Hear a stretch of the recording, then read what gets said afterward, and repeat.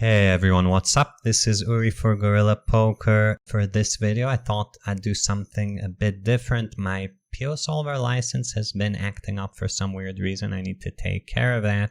So I'm gonna do kind of a more old style video that I used to do back in the day. I'm gonna try to go through a bunch of hand histories in one video, much faster speed, but we get to cover more hands. So yeah, let's get started.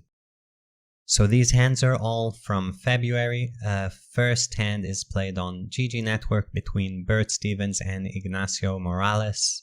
I know Ignacio, his nickname is Nacho. On PokerStars, I don't know who Bert is. I have not yet encountered him. This is played at 25.50. Ignacio raises to 105, roughly a min raise. That's technically speaking a slightly too small size, but not very significant. Bert 3-bets to 3.5x from the button, and Ignacio makes an almost 4x sized 4-bet, very big 4-bet. Now these guys are roughly 150 deep. This 4-bet size, again, technically is a bit too big, but that's not a huge deal. But yeah, he does make the 4-bet, Bert makes the call, and we see a flop of deuce 4-6 two-tone. On the flop, we always ask, who's this board good for? How does it interact with the ranges? And with 4-bet ranges, you're gonna have, as a 4-better, ace king, ace queen, some ace jack, king queen, king jack, because those hands bluff sometimes. So boards differ a lot whether they have these high cards or not.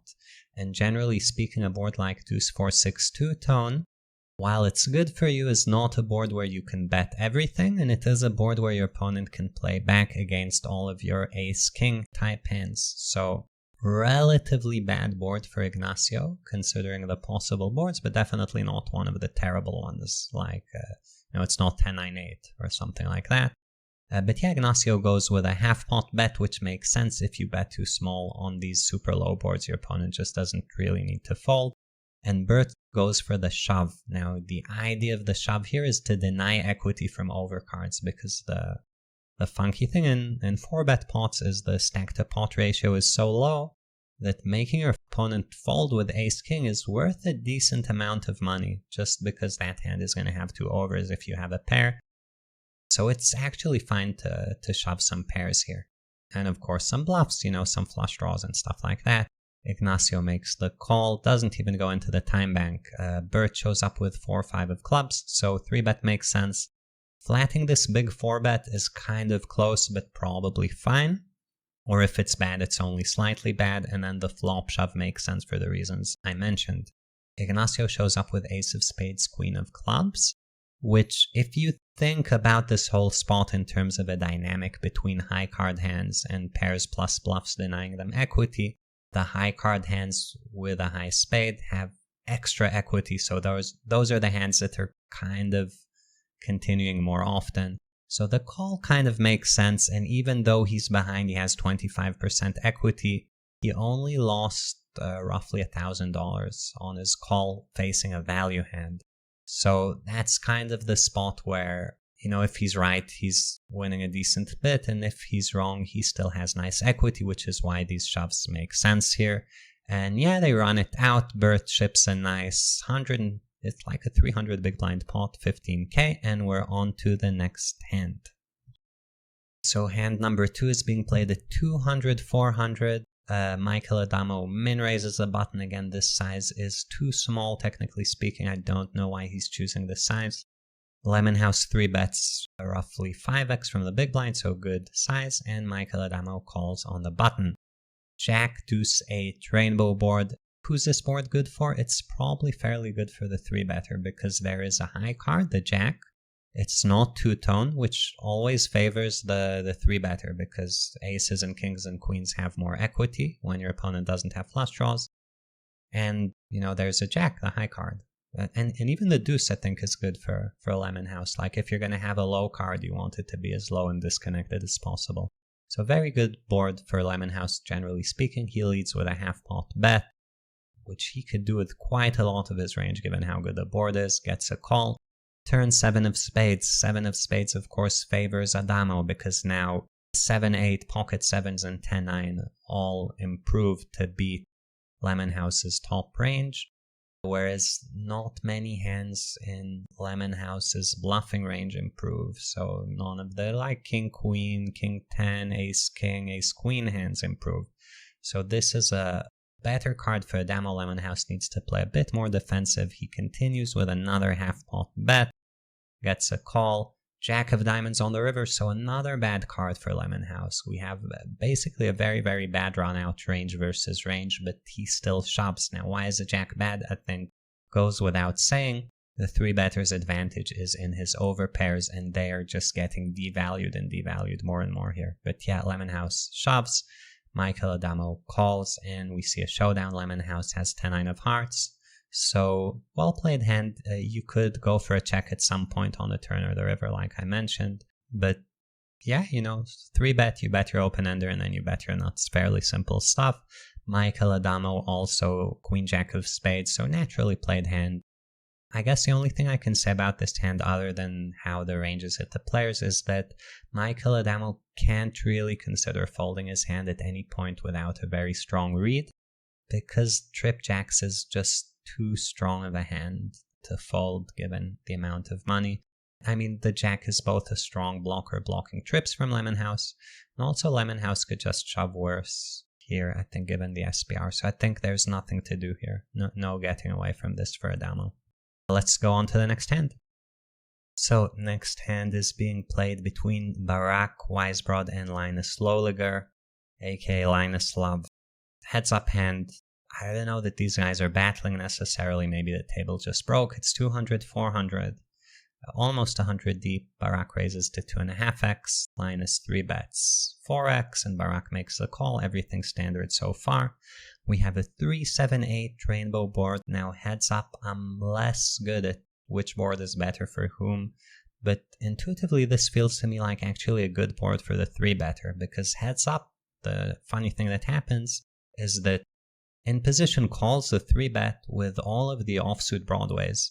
So if it comes like a Queen Jack, Queen 10, Jack 10 board, that's not necessarily very good for the 3-better. Whereas as the board gets slower, the offsuit range for in position misses.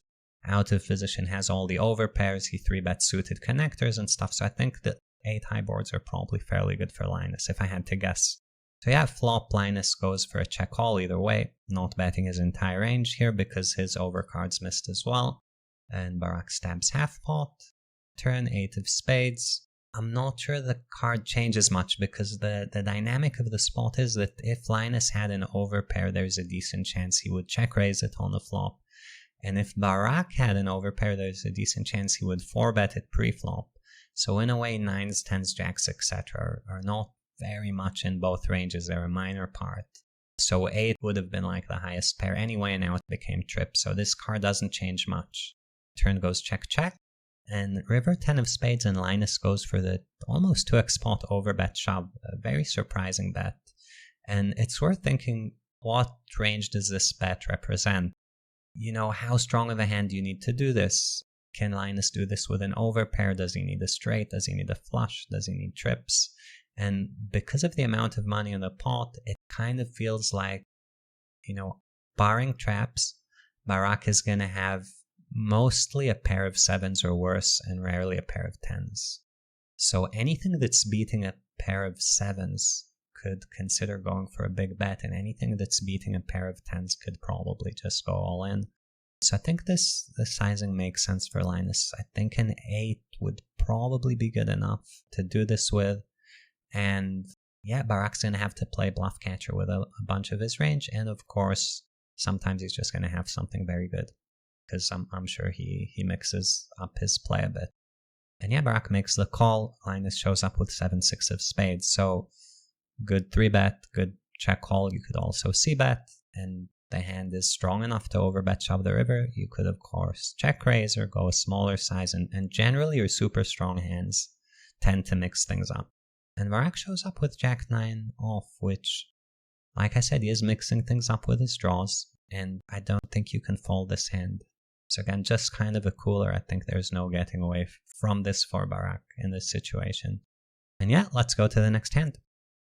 So this hand is being played heads up between Barak and Daniil, I think Vasily, but Daniil Vasi it says. So 200, 400, roughly 100 deep, Daniel raises to 2.5x. Barak 3-bets to 10 big blinds, Daniel calls. So similar situation to the one with Linus. We get an Ace-Jack-7 two-tone board, very different board. This one certainly favoring the 3-better. Barak's going to have more Ace-King, Ace-Queen, probably have the same amount of Ace-Jacks, and Barak has more Pocket Jacks.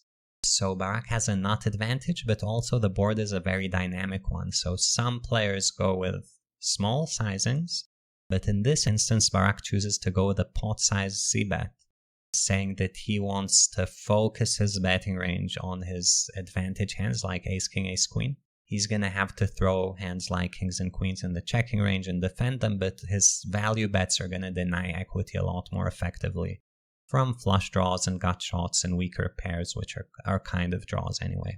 So yeah, he pots the flop, gets the call from Daniel, who is going to have most of his range just in a tough spot here. Facing this bet size, most of your range becomes a bluff catcher. Turn deuce of spades, so 2 flush draws on the board.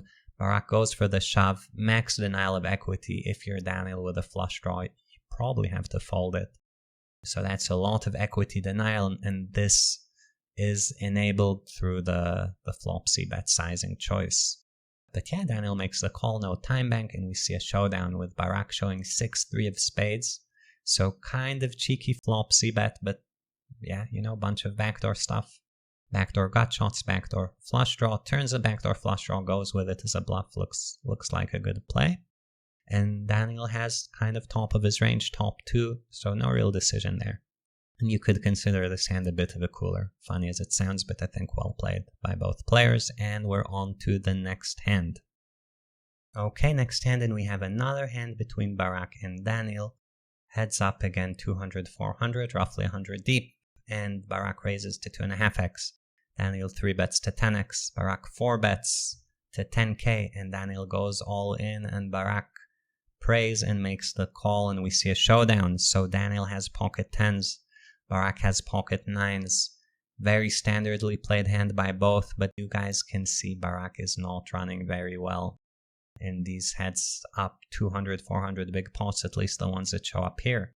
And part of being a great player is being able to handle this and stay as close to your A game as you can.